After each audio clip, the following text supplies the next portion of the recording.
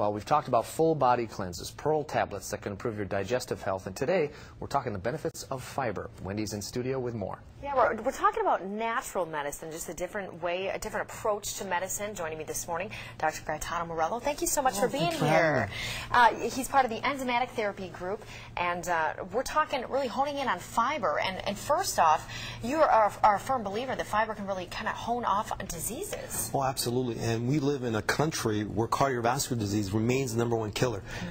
Cancer is a close second, and diabetes is reaching epidemic levels, even affecting children. So what's going on? Why are we having all these diseases? Right. Tell me, Dr. Gaetano. Tell me what the problem. And there's some really interesting studies in science that are giving us some clues. One study appeared in the British Medical Journal, and it stated that 75% of all diseases, including cancer, are due to environmental factors like diet.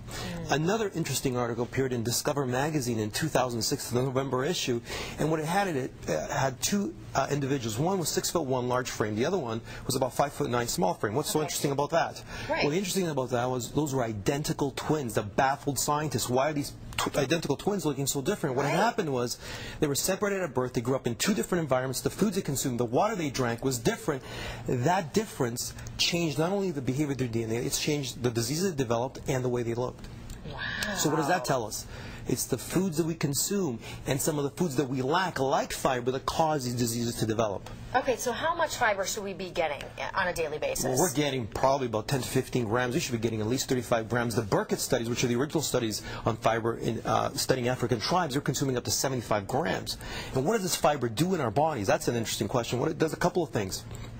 One, fiber binds bile. By binding bile, we do two things. One, we reduce cholesterol levels in our body, which reduces the risk of cardiovascular disease. And two, it removes toxins out of the body. The second thing that fiber does, which is interesting, it regulates sugar levels. So you know those drops that you get in the afternoon when you want to have a coffee? Right. Well, by taking fiber, it's going to regulate those sugar levels so you don't get those drops.